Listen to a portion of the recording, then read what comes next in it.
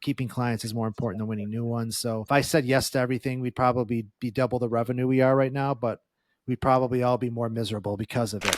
Welcome to today's episode of the Seven Figure Journey podcast. I'm one of your hosts, David Gilliland. We have the privilege of having Jason Yormark with us out of Seattle. He is the founder there of, and you're going to have to say it right for me, but Socialistics. Socialistics. So, like, really how to drive true performance out of your social media work, if I've got that right, Jason. Correct. We are glad to have you on. Welcome to the show. Tell us a little bit about yourself, like your story. How did you get into this space? All of us entrepreneurs have a different journey. How did you get into this? Give us a little update. I graduated and I just fell into marketing by default. I got into my first job and had, juggled a couple different things. And then, wasn't really sure what I wanted to do, but I always just had like this, I was wired to be kind of a creative. So I did a few things here and there, and I thought I wanted to be a teacher eventually and get my master's degree. And because I was coaching high school girls volleyball and having a lot of success with that. And then I thought, oh, I'm going to be a teacher. Got my degree, got into the classroom, and then I was like, oh no, like teaching is not the same as coaching. So that was a painful lesson for me. So I had to pivot relatively quickly, and I was lucky enough to somebody had let me know that Microsoft was doing some ridiculous recruiting and hiring. So I went through the process of interviewing with them, and was lucky to be one of the first 50 hires for what now is called Microsoft Advertising. They asked me Seattle or New York, and I said, well, I don't want to go to New York. So I moved to Seattle for Microsoft, spent about 5 or 6 years there.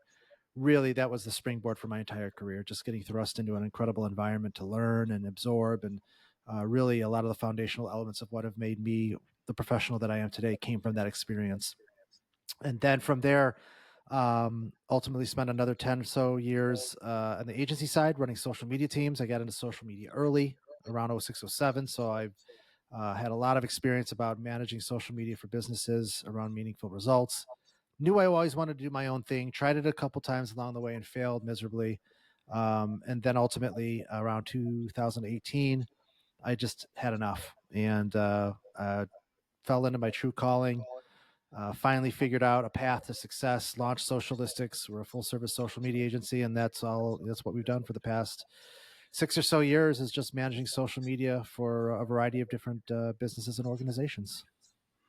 I love that. So you decided to step out and do your own thing. Was that just because tired of making money for other people, or like you wanted to build your own team, your own thing? Like, what was the drive? Well, I think anybody that's an entrepreneur kind of can relate to that. You just have this, it's just this fire inside of wanting to kind of do your own thing. I think a lot of what I had learned over the course of my career, I didn't figure out until later in life. And a lot of that was just admitting my strengths and weaknesses. And, I had a lot of success throughout my career, but I was laid off a lot. I was let go often, and I was always embarrassed by that. But then when I kind of looked at other marketers and their career paths, it's pretty common for marketers to, change jobs every couple of years because it's a flavor of the month kind of thing. A lot of companies, look to change things up, shake things up.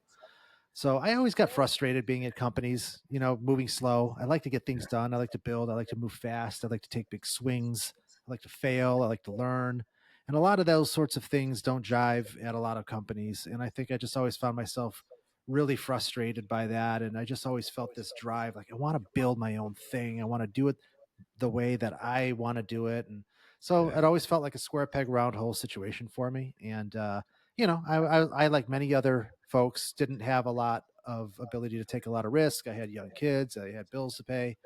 So I had to build a runway for myself, build the brand, kind of get that machine rolling, and then ultimately just found a window of opportunity to take that leap when I was ready.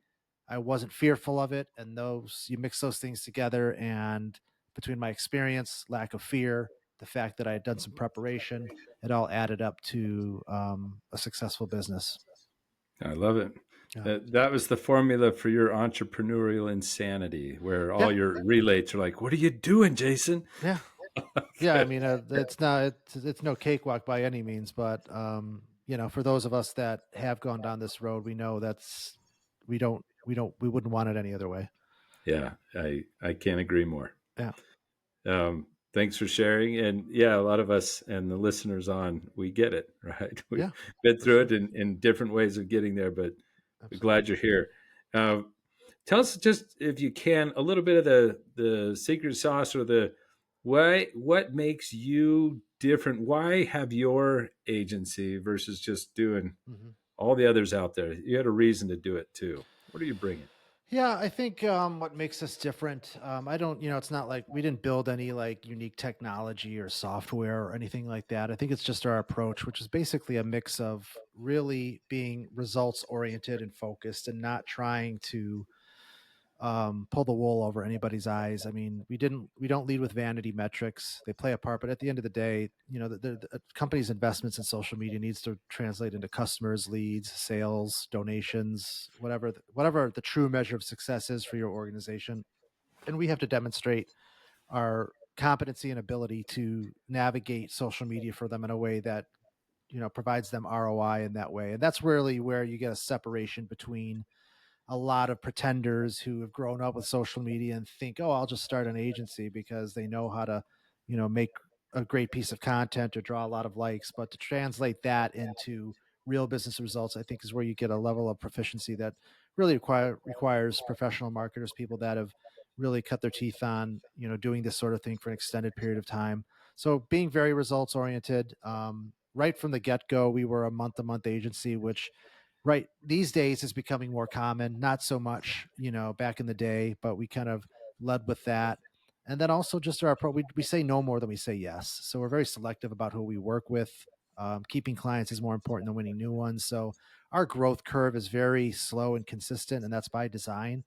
If I said yes to everything, we'd probably be double the revenue we are right now, but we'd probably all be more miserable because of it, because that means Yeah. we're working with everybody no matter what, working on things that aren't that exciting or that we're passionate about, working with people that maybe we don't enjoy working with. So we just made collectively the decision, and certainly driven much so by me, is living a life of freedom. That was my calling card. Like, I wanted to live a life of freedom. I wanted to provide that to others. And I knew that, that might mean, our growth would be slower. But I knew if we did things the right way, I would keep people longer, which I have.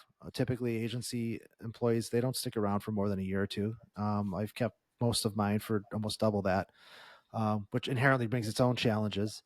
But we're doing things differently, and I think again, it doesn't come without its challenges. But that's what gets me excited, is to prove that it can be done this way, um, if that's what's important to you. I love that. I Mm. One of the things I appreciate was, like, I didn't even have to ask you for your nuggets. I said, tell me something special about you." And something that came out is a nugget for every one of us at this stage, Mhm. which is, don't say yes Yeah. to business that isn't right in line Hmm. with what you love. Hmm. And because reality is the things you really love to do for people, they really love for you to do for them too. Hmm. And so they're happier. It's hard You to tend to make yeah. better profit, It's hard to right? fake. Yeah. Yeah. It is hard to fake, and you'll only do so much for the money. Hmm. You'll do a lot more when it's right in line with what you want, and the customer feels it, and the Yeah. money does roll. Yeah. Well, And I mean, so, yeah, because I mean, I like the idea of. I mean, we've got clients that've been with us for a couple years, and they're. It's almost like a friendship at that point. yeah, It's just, and you can't do that unless you're excited about who you're working with and what they're doing. So, um, it was hard. I mean, look, I'm not naive. When you're just starting out, you probably have to, you take what take you can everything that get. comes your way at first. Right. But the goal is to get to a point where you don't have to do that. And once you can kind of get there, then things start to get really interesting and enjoyable, because it's empowering to be able to comfortably say no to somebody, which Yep. is fun. And I mean, and 9 times out of 10, when you tell somebody no, they just want to work with you more. But I mean, that's a very powerful, and it takes time to be able to do that, logistically and confidently. Yeah. And we do that. We do it quite a bit. I find most of us entrepreneurs, after we've hit about that $1 million mark, when we Mhm. learn to say no Yeah. because we have a powerful yes, Yep. we almost double in business. Yeah. It just happens, Yeah. right? Because our message is clear Yeah. finally, For sure. right? and For so sure. and it draws in the right one. So thanks for that. What other nuggets are you learning in the last year or so that you've been in this space and Hmm. you've got a good size agency, you're doing Yeah. over a million. What are some other nuggets that you've discovered that are really helping you out? Um, yeah, there's a lot. I think that the things that have been, I think, most impactful is we're very definitely that the saying no part is definitely we're very thorough in screening and qualified leads. I think we've done a good job of learning over the years how to make sure that by the time we get on a phone call with a prospect, there's about a 90% chance that they're going to be a good fit for us. So just putting the processes and tools in place to ensure that, your time is well spent on whoever it is that you're inevitably talking to. Cause I mean, if you're doing your proposals like we are, I mean, it's a lengthy process. I mean, we're spending 10 to 15 hours of work going after a piece of work. So we better make damn well sure that we've done our homework and that we've had meaningful conversations with prospects, that they're a good fit, they're talking to us for the right reasons. So I think we do a pretty good job of that. This is going to sound really touchy feely, but I believe it wholeheartedly based on my experiences over the years.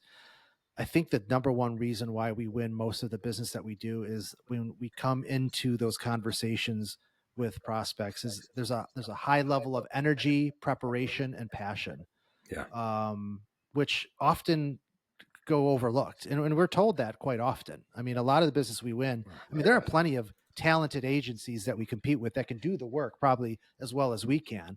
Often what the difference is that these prospects see the amount of time and effort and passion that we bring and energy into these conversations. Like these people really want to work with us. And to me, that's why we have the close rate that we do.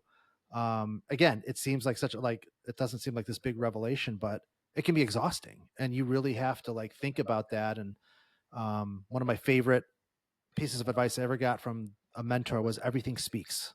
And which basically, from your background to your email footers to every minute that you are in front of somebody that you're talking to, the approach that you take, the energy that you bring, the passion that you show, all of these things are, landing with them in a way that eventually gets them to a decision to work with you. I So those are some things that have stood out for me quite a bit. I absolutely love that insight because isn't that exactly the same way it is when we're hiring somebody?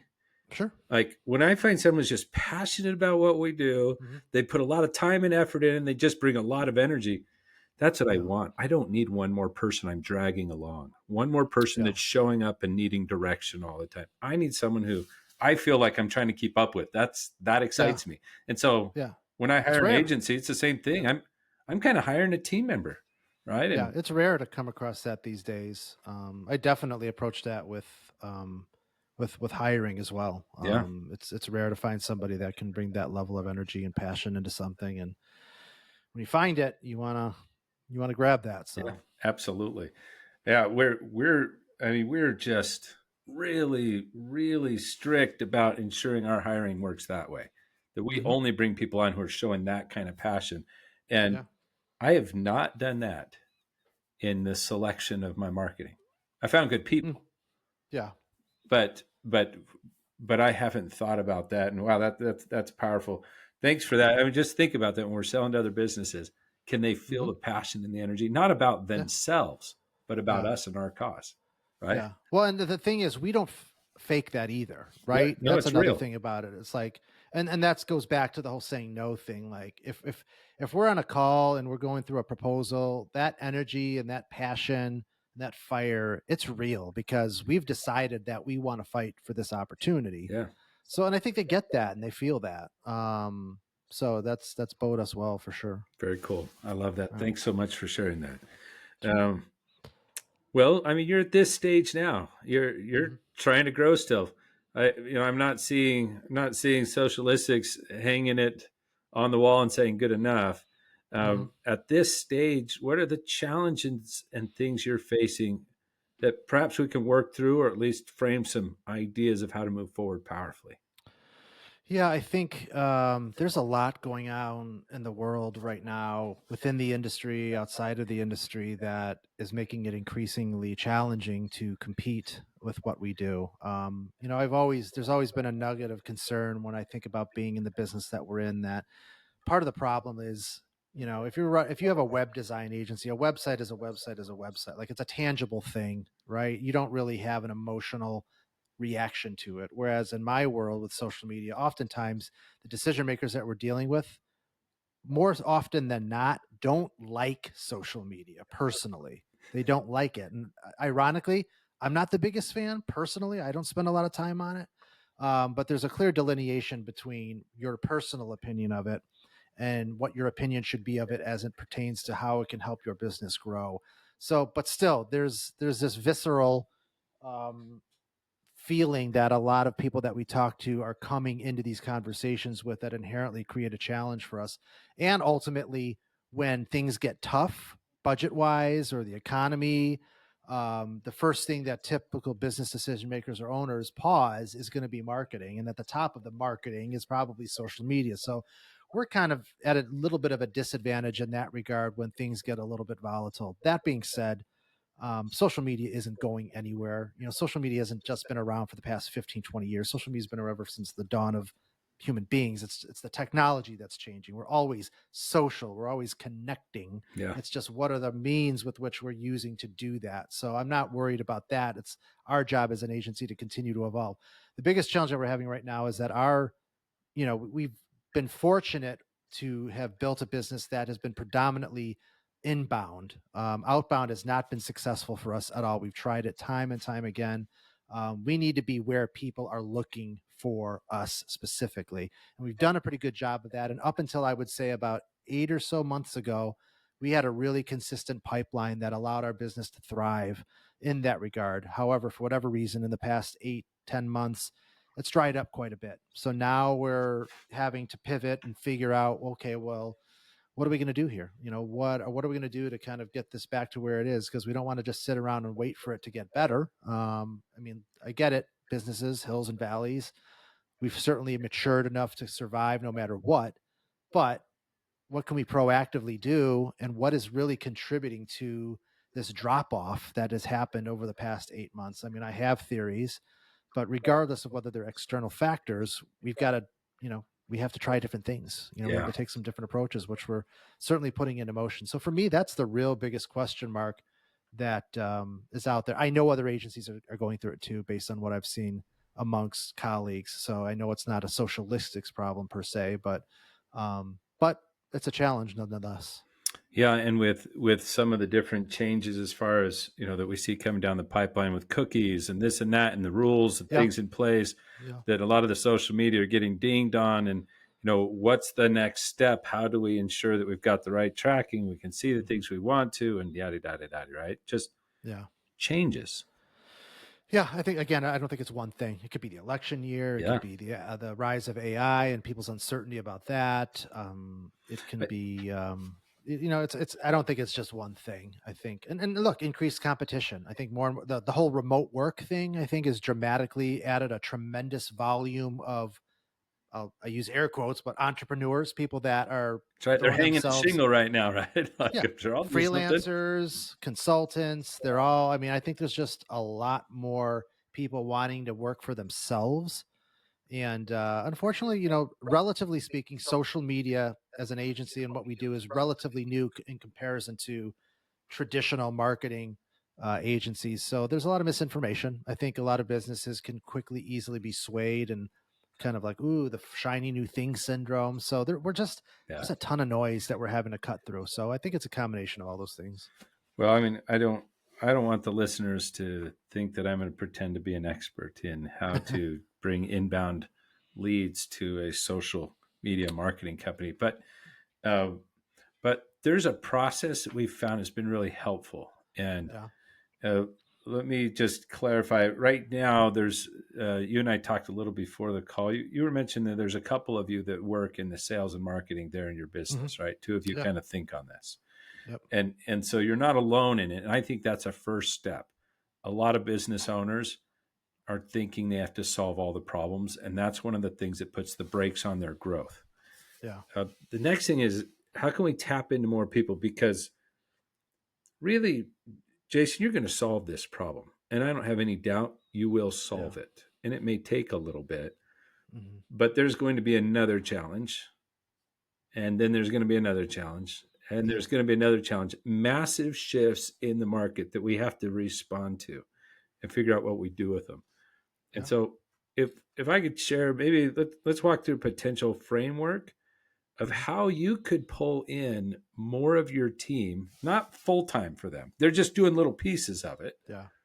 but that they are now looking at the outside stuff that's happening and helping to come up with the decisions. Here's the question we have to solve. And Yeah. now here's the priorities of what we're going to build new to solve that. So they can be a part of that. So that when you go from, say, 10 employees, then to 30 employees, that you've got a team of Hmm. people who are problem solvers, who are seeing the shifts in the market and are helping to adjust faster for you. Because Yeah. this is your first big hurdle Hmm. for this business now. So we can use this to train up the team to look at, maybe that would be a valuable piece. And a lot of us Okay. wonder, what do we do when things shift? And so maybe this can be useful. Today, do you use on a regular cadence time that you set aside with that other individual in your team, Hmm. or maybe more than one, that you Hmm. just talk about strategic decisions and what's coming down the pipeline, trends out there outside of your business? Do you have a time set aside for that today? I wouldn't say we frame up that time. We don't carve out time that's specific for that. I think those things happen As they somewhat arise? regularly. Yeah, no, like our one-on-ones. Like I have a one-on-one with my director of operations. I have a one-on-one with my Yeah. director of strategy sales. So certainly it's a part of those conversations, I would say, but not earmarked just for that. Yeah. Um, and I love that you're doing that. And those one-on-ones are just so key. One, to Hmm. keep your team, and two, for you Yeah. to stay involved, engaged, and informed to make better decisions. Uh, Hmm. but we've seen a major bump or boost for people as they set aside, on the minimum, once a quarter, that they Hmm. put a day aside for Hmm. real strategy consideration. And the reason that you set it aside is that when we're over here in the daily, we've got Yeah. operations thing and this customer thing and whatever, and we're talking about a strategy thing, which makes us, kind of holds us up on, well, how should we act here? And we kind of start trying to boil the ocean, and we don't Yeah. always get clear about the number one question to solve for our success. And Yeah. so here's a quick outline of, and let's kind of walk through. So let's say you set aside this quarterly time. I like to put Hmm. aside a couple days once a year for the Hmm. big year plan and everything that's going in. Not the how we're running and operating our business. That's happening on my Yeah. monthlies, weekly kind of stuff. But Yeah. what do I have to build for my business for 6 months from now, or a year from now, or 2 years from now, so that when we get there, we're still rolling and we don't peter out, right? We don't Yeah. plateau. And so we'll take this time, and the first step is, how do I get my team? And I'll pull in, maybe 3 or 4 people into this meeting. Hmm. Yeah. And the first thing is, how do we get our thinking out of the trenches and up to the top of that mountain so we can start seeing clearly? And I'll go through a simple exercise. First, what are the things we've accomplished? Let's look at the last period, the last quarter, or the last year, just Mm. everything we have figured out and accomplished. And what it's doing is, psychologically, it's getting everyone to celebrate, think positively, and which ignites creativity. So it's interesting. Mhm. We're pulling them out of pessimism, right? We're going to put them Yeah, up here into a makes creative sense. mindset. It also helps us to say, oh, yeah, we did a lot of great things. We can do a lot of great things. And I'm not waiting for someone to pat me on the back for that thing we did, because we're about to do something more. I'm going to ask for more. And so they Mhm. kind of feel resolution from the past. Second thing we'll do is a lessons learned, where not a complain session, not a get down on ourselves session, but really, what were the lessons we learned through this? So we may have learned that our marketing, the old pipeline, has slowed down. We've been doing the same things, the same spend in the same locations, and now the inbound has shrunk considerably. Yeah. Okay, so we've learned that, but we've also learned a lot of other things. And let's put all the things we've learned. And I want you to spend like 15 minutes on each of those topics and Hmm. just fill out a big old sticky, write the thing out there. It could be up on the wall, Yeah. and everybody gets to see, like, okay, that's great. Next, move to a SWOT analysis. So Hmm. now the team together are going to spend another 15 minutes just listing all of your strengths, capabilities you have, things that you've figured out, because to move forward strategically later, we're either going to leverage a strength that we already have Hmm. or we're going to build a Yeah. new one. There's only two things. Okay. So we're going to do one of these things. And that may be through a partnership, whatever, but we're either going to leverage a strength or we're going to build one. So let's list them out and let's see what's in our toolbox today. What are we really good Hmm. at? And sometimes we just haven't deployed some of those skills in the right place. I've even put and listed on like an individual's specific skills that I'm just wowed by. I put them right there on the board, right? Whatever, Hmm. but put them out there. We want to see our strengths. Then we want to have an honest, realistic look at our weaknesses. Really, where are those? There may be Yeah. areas within the marketing space itself that we're just not good at, and we see could have or would have been very helpful to us. Like maybe we're great at the social media and the spend in those accounts, but we haven't ever really understood programmatic marketing and a Hmm. top layer thing that we could layer over the top of what we have today that may drive more leads to us. That'd be a Hmm. weakness, right?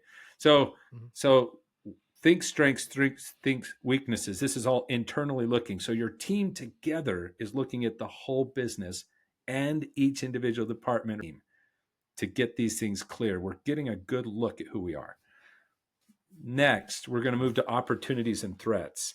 And I want to frame it up in a couple of ways that may be useful to your team as they look at them. One, you can look at the framework of Porter's five forces on strategic forces in our business. And are you familiar with those, Jason? All Not right, really. here's the gist of it. No. Direct competition's one. How do I Hmm. compete against people right at me? Then I also have vendors, suppliers, that they may do some things that make it more costly for me, squeeze my margins, Hmm. whatever else, make it difficult. And I may have buyers, and they may make it more difficult. They may buy in bulk, they may drive my price down, whatever, that's making it harder for me to make a margin and a profit in what I'm doing. I have new entrants in, like you mentioned, you brought up one of those. Everyone's out there hanging a shingle. Look, I can do social media for you.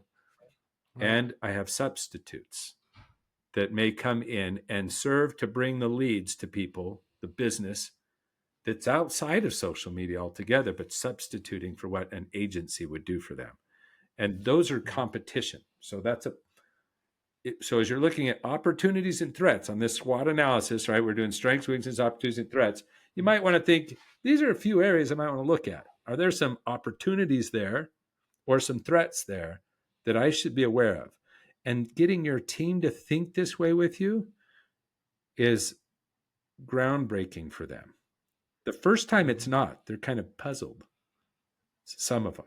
But others give Yeah. it the second time that they're doing this and they start opening their eyes and they start seeing the business a little further out with a bigger picture. And they start thinking and acting more like owners. And that's powerful Hmm. to help you make good, fast decisions for all the new challenges. Another way you might look at it is I'll use the acronym the speed of change. So T from the, just capitalize that one, and that's technology changes. AI is trying to eat away at what marketing agencies do, but it Hmm. could also be an opportunity AI could leverage as you learn to use it really well and frame Sure. those questions. So you see opportunities and threats, the same thing could go on either side. I don't care where it goes. I just want the team to identify them. Then speed, social, political, environmental, economic, and demographic shifts and changes that are going on. Let the team think through all of these and get a bigger picture of all the opportunities and threats that are facing us right now. Now they've got this huge Hmm. picture. Each one of these, you gave it 15 minutes of time for each one of those letters, thinking through it, Yeah. chewing on this, writing things up. maybe you're actually studying it out or having team members study out individual parts. So you're just bringing a good picture of what's affecting our business and the business of our customers, because that bigger picture matters to us. When they start getting this big picture Mhm. and we see our strengths, we see the kinds of things we can do, we've learned our lessons from the past, then stop and ask the team this: what is the most important question we should be solving for us to win? We have this big goal Mhm. as a team. We could talk about vision later. That's really critical. But we've got this big goal Yeah. here, part of the vision. What is the most important question to solve? And you can just say, frame it up as, how do we do X? How do we achieve X given Y, given these barriers, problems, issues going on? How do we do this given this? How do we do A given B or X given Y? And just have everyone write up the top 3, 4, 5 strategic issues in their minds that way. Then the team can vote on them, Mhm. think about it. You can collapse them where they fit together, go through a whole process, but you start to get where everyone together has jointly said, here's our number one issue. After they've thought through that, maybe they come up with the issue you just said. How do we solve our marketing issues given inbound has dried up and we don't, and now you can list a few other weaknesses or barriers or things or trends that are going on that may be holding you back, but they've talked about them all, and now we've got this: here's the barriers, here's what we need to solve for. um, and when everyone's agreed on the strategic issue to solve, you can vote on it and debate them and all Mhm. that sort of stuff. When you land on that, then that quarter you're going to go build a solution to address it, having clearly delineated what barriers we're achieving by doing this. So now the priority of what we're fixing is like, because it's going to answer this question, this question, and this question. So we're building the following. The team comes together, you build a priority, and they work on it. What we're building there isn't necessarily right now the solution for how do I get my leads flowing right. It might be. Yeah. But what's really happening is you're building an entire team that can face any strategic issue that they face in the future, because you're going to have different ones later. So I Mhm. like to say a crisis is a terrible thing to waste. And this is an Yeah. opportunity to I build like the that. team you need to double in size, is to let them, Yeah. a few more of them, wrestle on this with you, come up with a great plan, and celebrate big when you do it. I think, yeah, as you're kind of going through all of, I mean, that's obviously a lot to take in, but I think the biggest takeaway I get from that is, I think, at least from my perspective, and I think collectively, I've been getting we've been getting too far into the weeds first. It's like Yeah. putting the cart before the horse. It's like we like, oh, we need to fix like this tool or this thing, or like we need to do this, and it's gonna where to your point, I think we need to probably take a step back and really dedicate a significant amount of time to think through it at a much higher level.